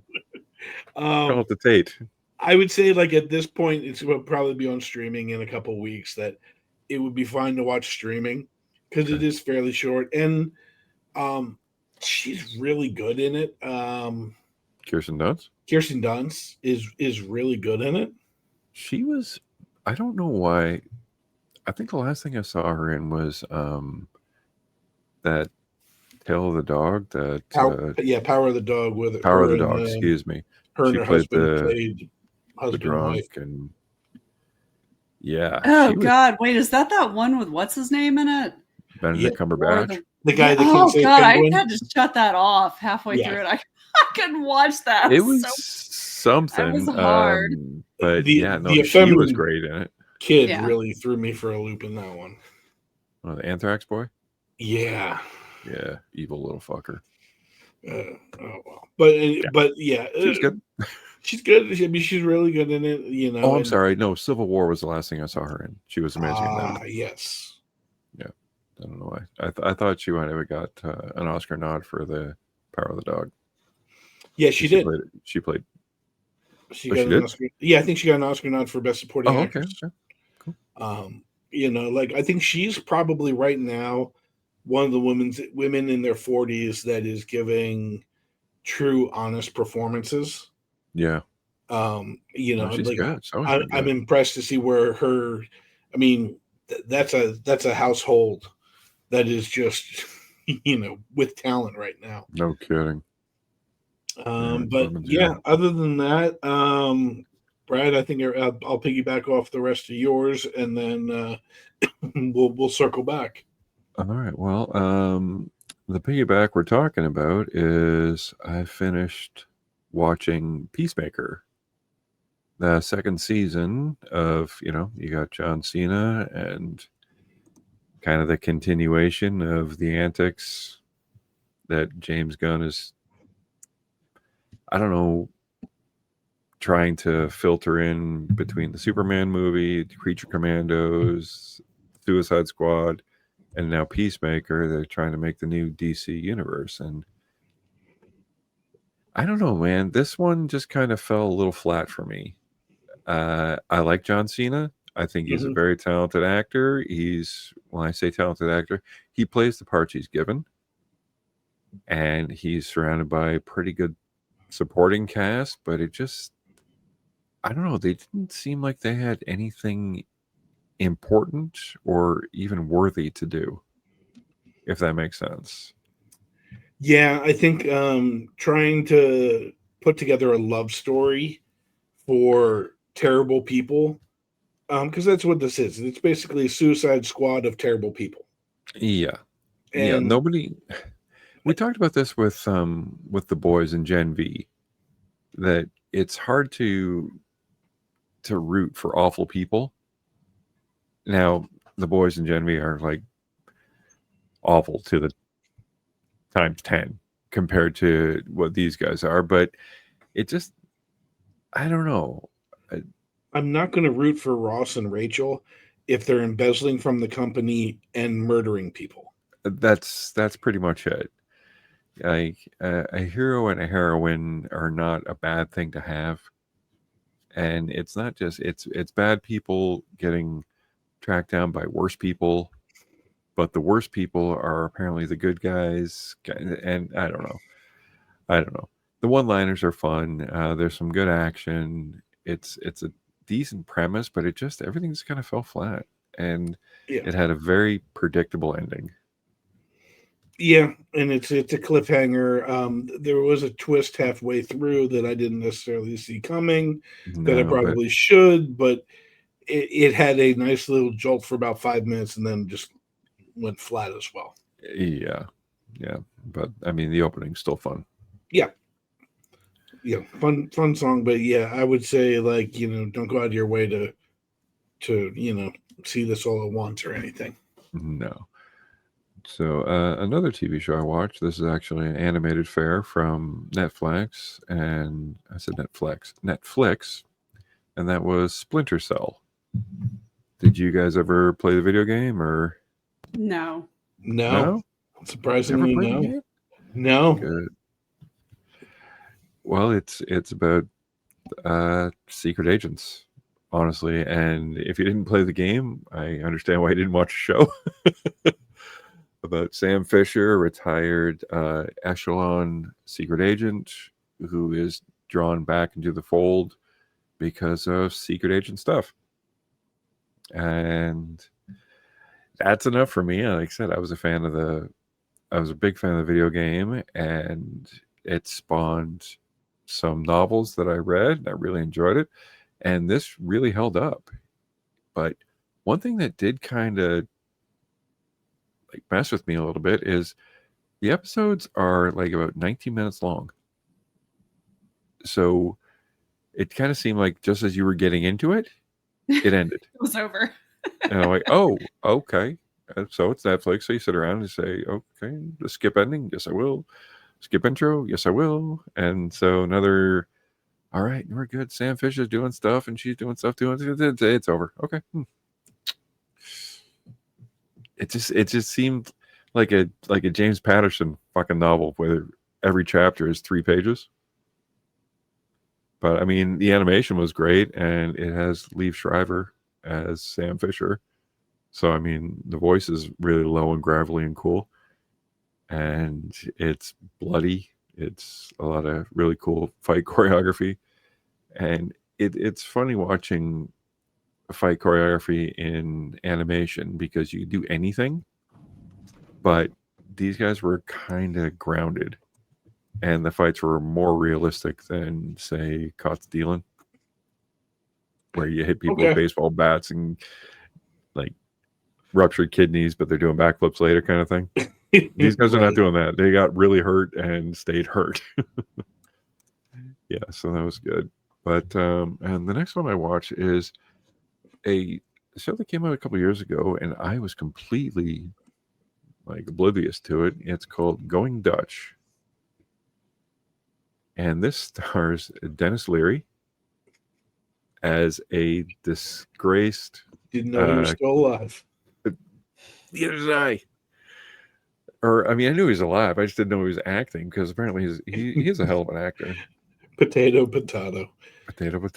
He plays a disgraced army colonel after, imagine this, getting trouble after something he said, and gets sent to the least important military base for obvious punishment, and his commanding officer pretty much states that you're being here for punishment. That's it, you know. And on this base, their 2 main exports are cheese and laundry. And he's like a war veteran and just wants to get back in the action. And his daughter is on the base. There's some estrangements there. It is actually pretty funny. Like, they go through a lot of pretty entertaining things, but it was originally a Fox property. Mm-hmm. So it is a little jarring not seeing Dennis Leary swear. And so it just, I was expecting him to curse. Yeah. Apparently it's on Hulu. It is on Hulu. Or Disney, or whichever. Whatever they're going by these days. Yeah. But I mean, actually, I think it only got the 1 season, but I like Dennis Leary. I think he's actually like pretty talented, and he pulls off this character pretty well, but like I said, it was just weird not hearing him swear. I'll tell you what, like, as I pulled up the IMDb, it kind of showed the trailer. He looks good. I mean, does look good. He was a person that had way too much surgery way too soon. So I think it was like the fireman one. Yes, he has grown into his fillers. He has grown into his bad surgery. His face has settled. That's what they call that. Settled around the plasticine and rubber that they inject in your face. That's what happens to people. They put plasticine in your face. Don't do it. Yeah, so that was pretty much all I watched. Now, the 3 of us have some crossover with 2 heartfelt movies. Which one do you guys want to start with first? Let's laugh before we cry. Want to laugh before we cry? I think we should laugh before we cry. All right. So we all saw Good Fortune with Keanu Reeves, Seth Rogen, and Kiki Palmer, Aziz Ansari. Yeah, don't forget the writer-director, Aziz. Aziz Ansari. I know who he is. Okay. I'm a fan. I can never pronounce his name. I always say Ashish. Sandra Oh. Sandra Oh. About a guardian angel who normally protects people from texting and driving, who decides to take a big step, which the texting and driving was funny as hell. Yeah, it was. Just seeing him sitting in the back seat, just kind of looking, and then just tapping someone on the shoulder when they were texting and driving. And the little sound effect that they had. it's just it's the way he does it is just so gentle. It's not Yes, he's just jarring somebody. It's just hand on the just shoulder. puts it on his shoulder. Shoulder. Just before they're about to get into a horrific accident. This And is an 80s comedy. This it is, is. Mhm. I mean, like every 80s comedy was big message. We're going to make fun of it and not really say anything at the end of it. And that's kind of what it feels like. It was like, okay, we're going to try and send a message, but ultimately it's just a vehicle for comedy. And it was some pretty good comedy. I mean, you have the rich guy who kind of, I'm not saying he earned his money, but it's not like he stole his money.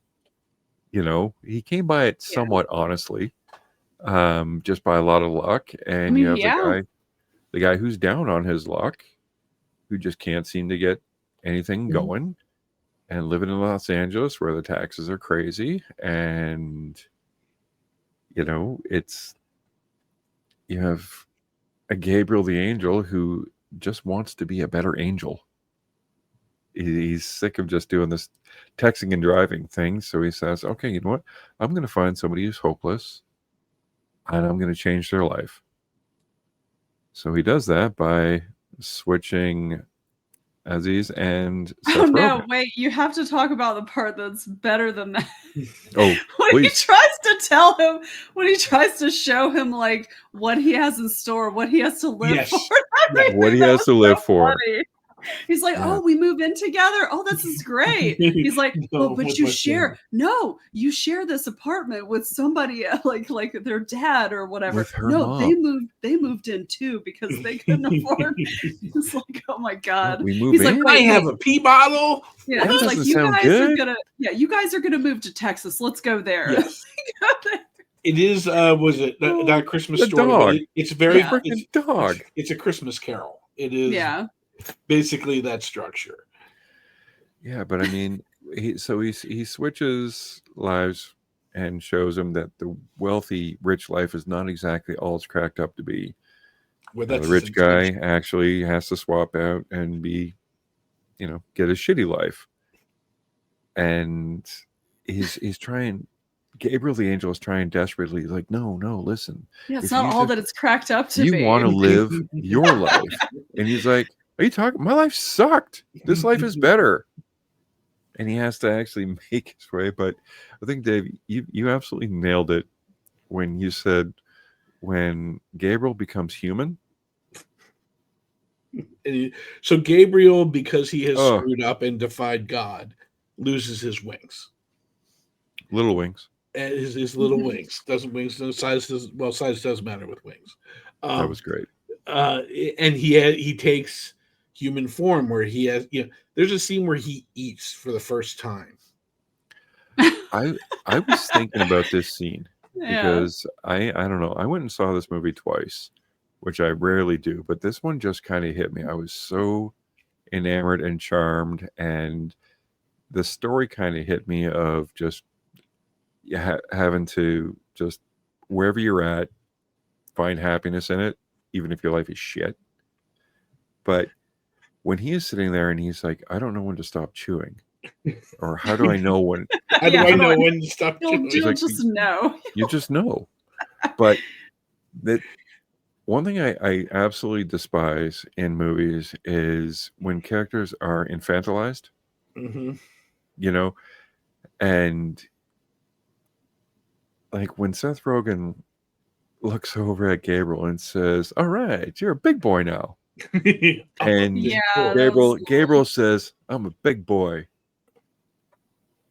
I don't know if another actor could have sold it and made it so charming. It was and not made it the stupid baby talk. Yeah. I'm a big boy now. He said, no. And it was just the smile. He's like, I'm a big boy. Yeah. I am. He filled it with pride. There's 3 key scenes that he does that. Is one, like the initial eating. The 2, there's a passionate speech about unionizing, and he just kind of walks in and takes over. Like, yeah, everybody should have chicken nuggets. Chicken nuggets and milkshakes and good times. Great. And he just goes off and everybody's like, what the hell is this? Do you work And- here? Yeah. I don't. We got the hard cut of him getting, Getting escorted let out. out. Yeah. But it's just the inflection, and ultimately when he is down on his luck, it's just like, Gabriel, you're smoking. I need this. Like that whole. Leave me alone, Dave. This is all I have. Yeah. Pretty much. When he looks at his check and he's like, wait a minute. Washing dishes sucks. I should get money for this. I should have more money. When you work, you should have money to Yeah, I live, can't live off of to be this. comfortable, and then have more money to do fun stuff. And everyone's like, I don't know what to tell you. But ultimately, that's the message that's there. But they didn't hit you over the head with it. Right. But it sold it in the trailer so much when he talks about, I thought like giving him wealth would show that it doesn't solve all his problems, and it seems to have solved most of his problems. Because I don't know, I read an interview about with Wesley Snipes when like after the tax evasion and all that stuff, and he got his fortune back, and he said, well, what is it about money? He says, you know what, man, money is better than aspirin. Takes care of a lot of headaches. Well, I mean, I know I've said it once or twice on here. It's the old Kevin Smith thing of like, oh, we're trying to fix, Clerks. What do we do? I don't know. We got to be creative and really work hard and, push through it. Okay, well, what about Mallrats? Yeah, we have to be really creative. We don't have that much of a budget. Oh, what about Jay and Silent Bob? We had a problem on set. Let's throw some money at it. Yeah. But I mean, that is one thing when you're making a movie, to be creative, all that stuff. When you're sleeping in your car, sometimes a couple extra dollars would really be good. Right. But Seth Rogen was really, really great in this. I think it was understated how well he played the part. And I enjoy that Keanu Reeves did not play Keanu Reeves. Are you sure about that?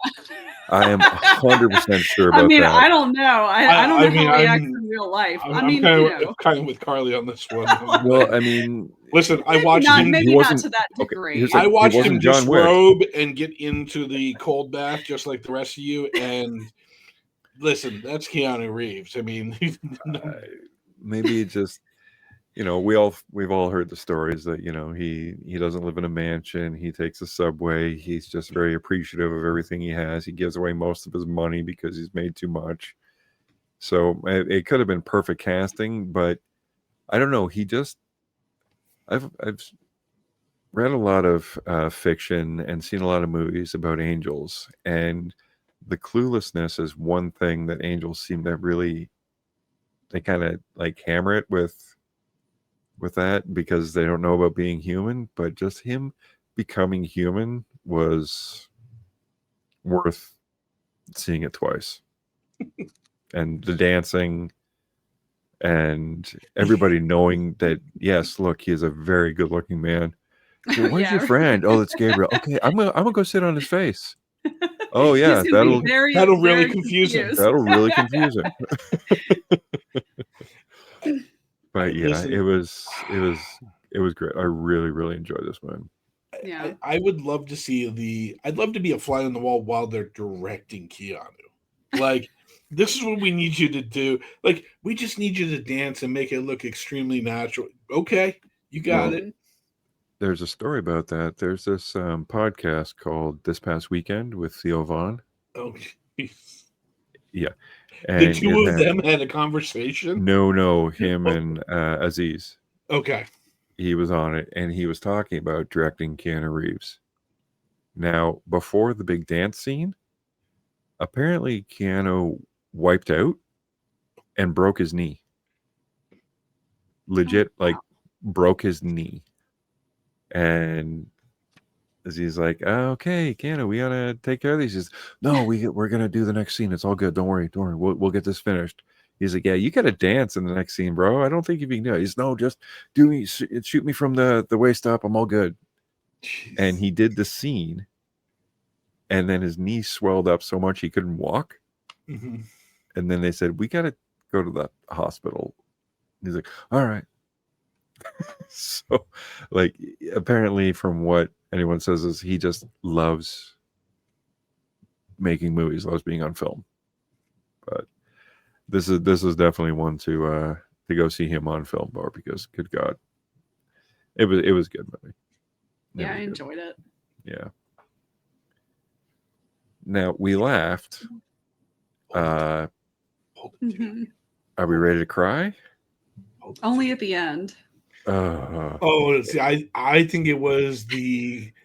I think I texted the chat like, it's the opening scene, and I'm already crying. Yep.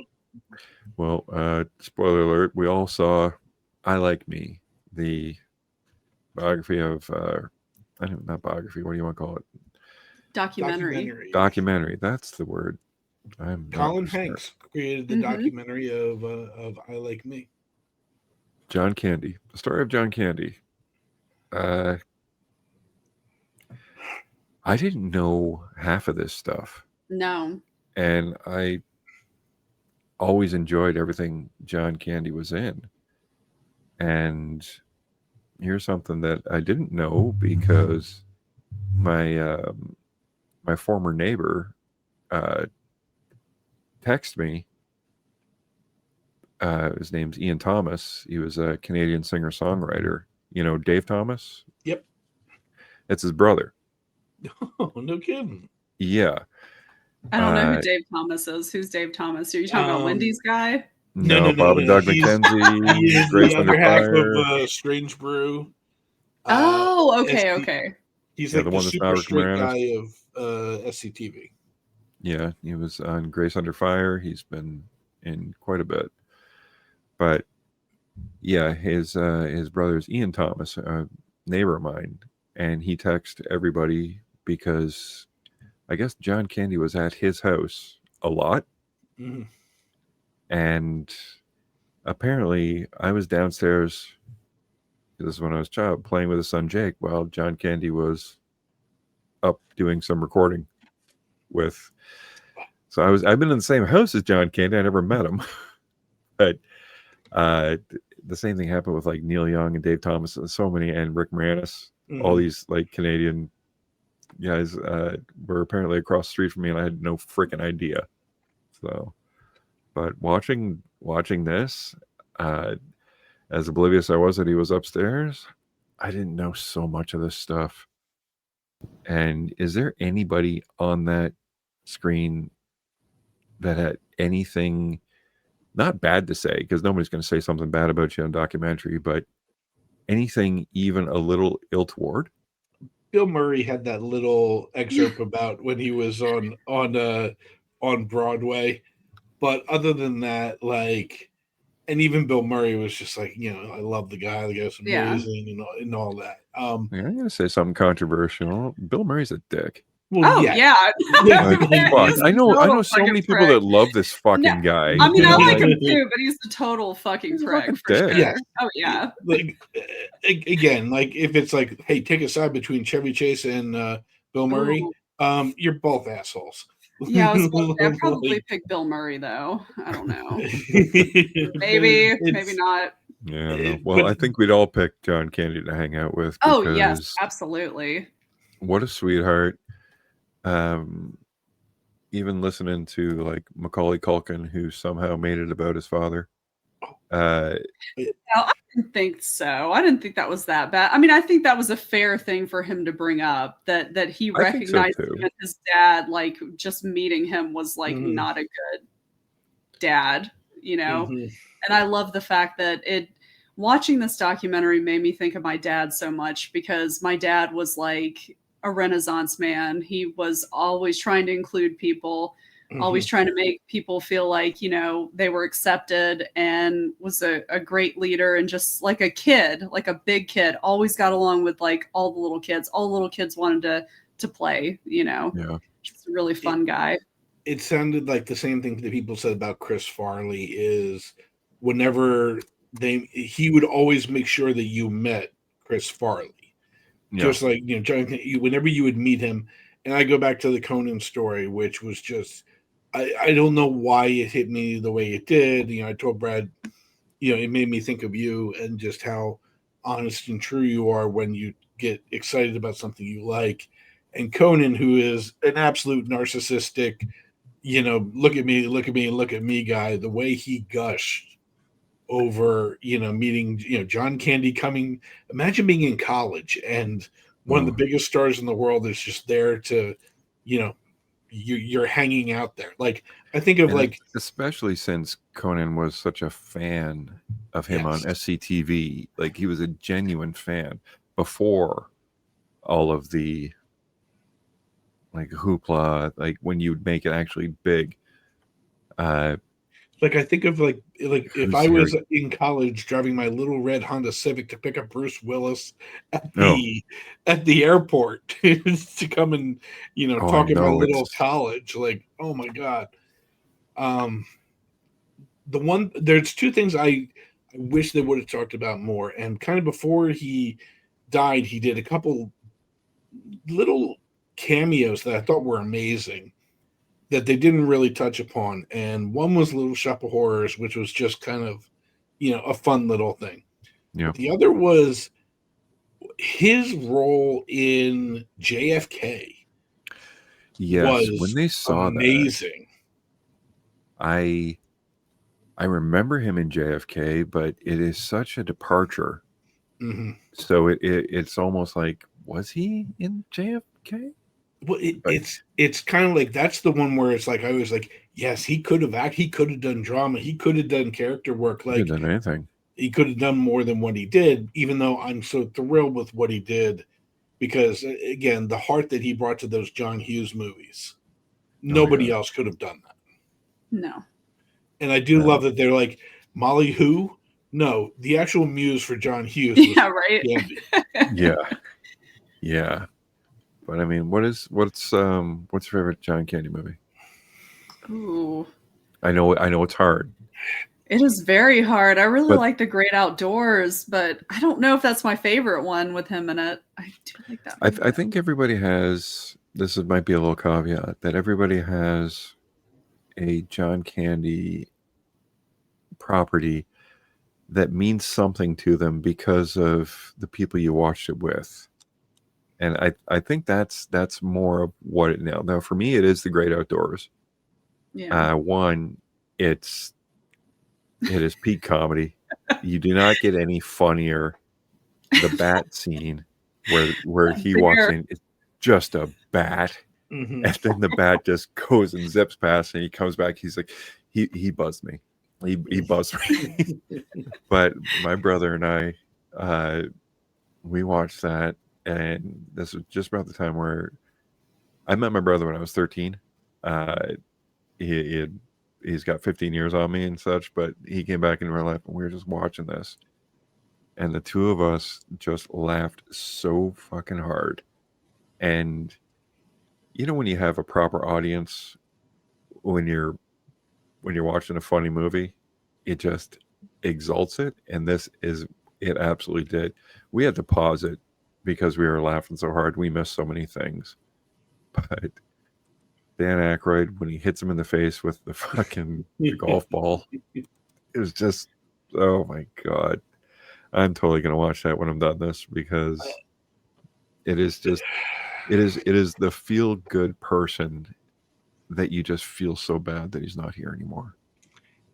Like, to me, it's Planes, Trains, and Automobiles, because you see how he like Steve Martin, who has been everything. He has sold out amphitheaters. He has sold out stadiums. He has been the number one on TV, on everywhere. Like, just playing banjo alone. He's one of those people that, like, stars get starstruck. Yeah. And the way that he breaks consistently when talking about Candy and having to, like, arguably he's the straight guy in Planes. Like he freaks out and is constantly has like the rise of emotion, but I mean, John Candy is basically doing all the wild stuff while keeping it intact. I think we all kind of broke when they did the "I Like Me" speech. Yeah, you'd have to be a goddamn cyborg not to tear up with that. but it's the other things. It's the eating the hot dog while smoking a cigarette. It's Yep. the the infamous, those aren't pillows. It's My dogs are barking. yeah, and because there was such an honesty to it of like, listen, when Chris Farley went nuts and he went full Farley, it was a character. When John Candy's taking off his shoes and socks on the plane, we all know who that person is. Yeah. Like all the things where he's being terrible in the eyes of the viewer, it's because we've seen that before. And that's the difference between Candy and like the other guys who were just, turning it up to 10. If anything, Yeah. Candy turns it down and gives you like just a real look at a lot of these things. Yeah, even his biggest performances weren't like over the top. Like I'm thinking like Who's Harry Crumb? That would That's probably I be was about to say who's Harry that was Crumb, which is the absurd. biggest, perhaps silly performance. And the only silliness over the top would be like the backflip that he did Mm-hmm. in the movie. But I mean, the rest of it, he was inept, but he just, I don't know, man. Mel Brooks, I want you to play a Mog. The hell's a Mog? What's kind of like a dog? All right. All right. And he was just up for everything. And I completely forgot that he owned part of the Toronto Argonauts. Oh, that whole thing, growing up a Oh big yeah. hockey fan, where it was, John Candy was also one of the gateways to Wayne Gretzky coming to Los Angeles, and Yep. and I didn't know how much that financial crap that guy did Oh, hurt yeah. him. Yeah. And that's the real shame of like, he was so excited, like, it's my hometown team. I now own my hometown team. Yeah. And just shitty things happen to good people. Yeah, I mean, like, I know we're all we're somber about this, but like, it is a must watch. Oh yeah, and it completely broke my heart like when he went on that talk show talking about how much weight he had lost and how people were like, "Well, you're not going to keep losing weight, are you?" I was like, "What the fuck, dude?" Yeah.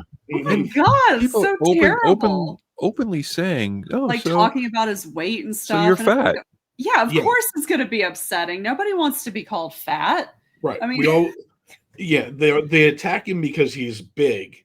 Yet Yeah. if he loses any weight, they attack him because, well, you're not funny anymore. Yeah, yeah. you're not So fat. heartbreaking. Oh yeah.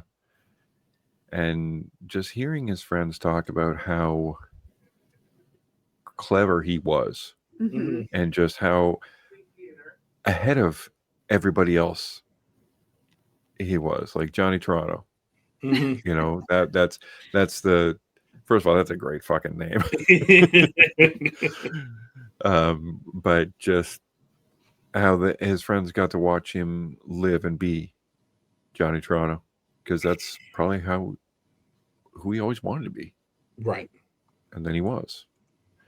But I don't think he doesn't look like there was anything that he didn't set out for and achieve.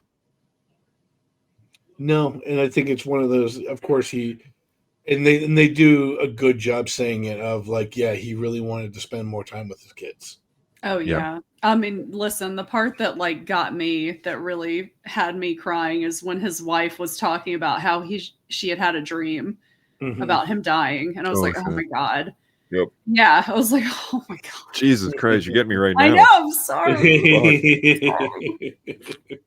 It was rough, and the whole like them, closing down the traffic and everything for his procession. I was like, oh my god. I was like keeping it together until then. I was just like, nope, it's coming. No, It's out now. Dave, when you text, like, it's been 4 minutes and I'm already crying.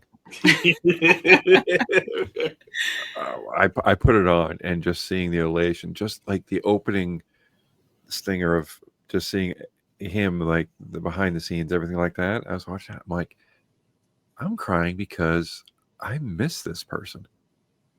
It's a void that hasn't been filled. No, I don't. I don't I think don't it think will be. it'll ever be filled. No. And I think with our hyper, just everything has to be pretty, everything has to be perfect, everything has to be that, and to get like an everyman, I think maybe the closest thing we had to an everyman would have been Philip Seymour Hoffman, and of course we lost him. Yeah. You know what I mean? Where it's like when extraordinary people can pretend to be normal people, and you don't see the flaws in it, is something that we rarely get to witness anymore. Yeah. Well, everybody is under such scrutiny to not be normal in that kind of limelight. I tell you, it's funny. I got a text from a kid today. He's down at LSU, and he's kind of struggling a little bit. Where it's just like, it's just so different. And this is a kid, born and raised in suburban Philadelphia, Okay. and now he's down in Louisiana, in the SEC. Ooh.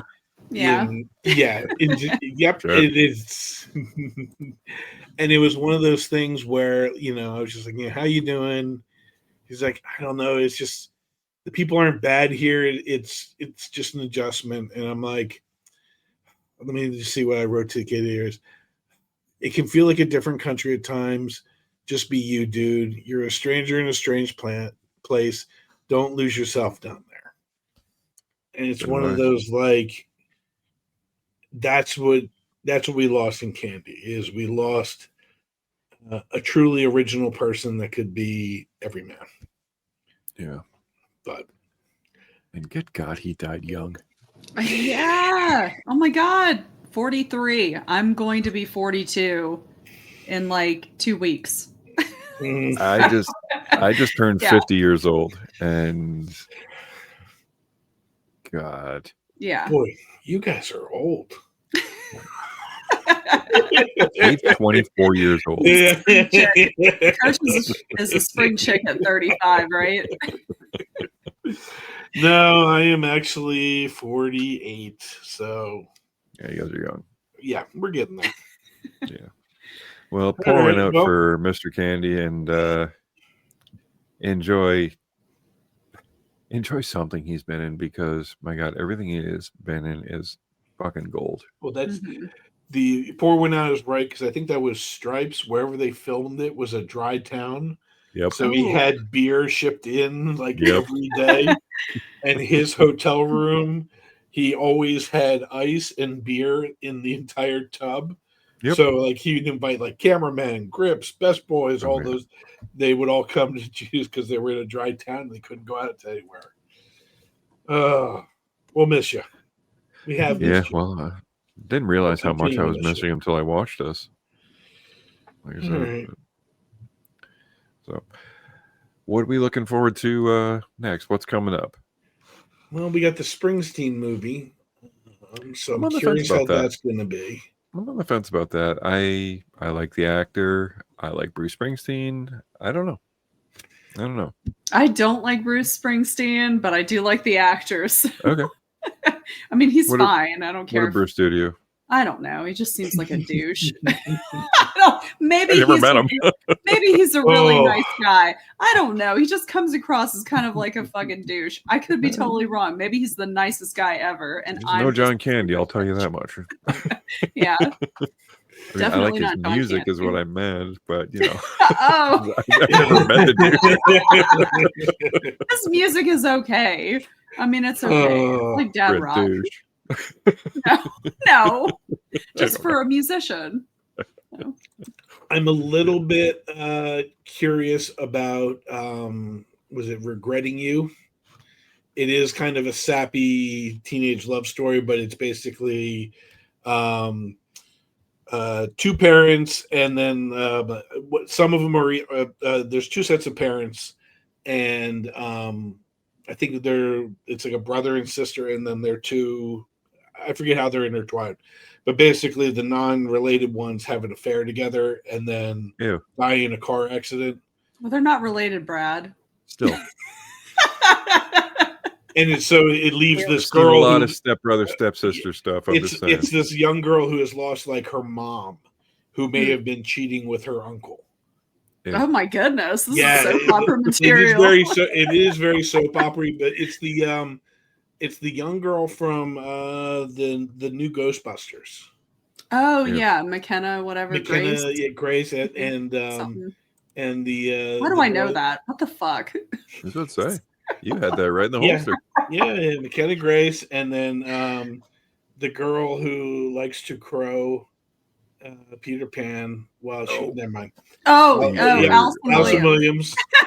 I know that one too.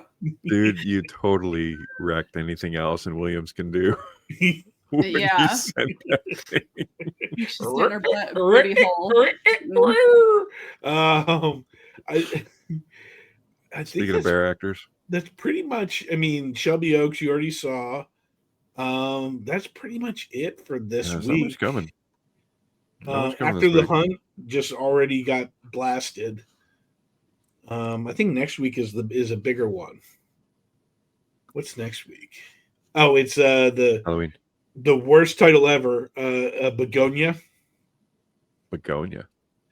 It is Jesse Plemons and Emma Stone. Emma Oh, Stone. that's right. That's by Poor Things director or whatever. Yeah, she plays a like billionaire Jeff Bezos type, Okay. and Jesse Plemons is convinced that she is an An alien. alien, yeah.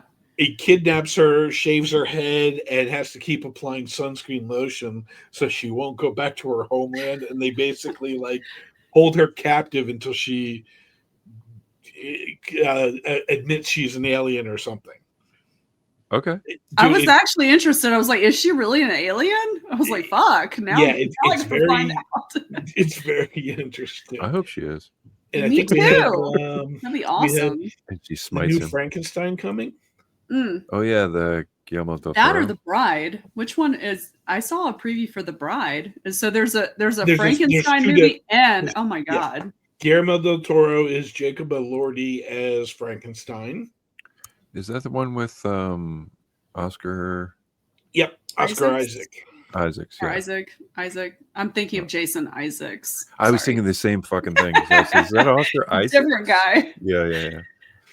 And then we have the only other one, and this is on the radar for me, and this is just because of all the people in it. So let me tell you this cast. We have Ethan Hawke, Margaret Qualley, Bobby Cannavale, Andrew Scott. Directed by Richard Linklater. Oh. So it tells the story of Laurent's hard struggles with alcoholism and mental health as he tries to save face during the opening of Oklahoma. So this is a guy, he plays a playwright that writes musicals, and he was with a partner, and they just weren't, they were doing mediocre stuff. His partner, his work partner leaves him, and his work partner goes on to create Oklahoma, one of the biggest musical ever. Yeah. And how does he deal with being left in the back? So basically, it's Rodgers and Hammerstein. If you've ever heard those two names. Oh yeah. Okay, so like they're do a lot of the big theater stuff. Yeah. And I think it was originally Hart and Hammerstein. Oh no shit. So he leaves him and goes on to better things. And it's kind of like I would say a movie pretty much about the Fifth Beatle. Yeah, sounds like. Is that going to be in theater?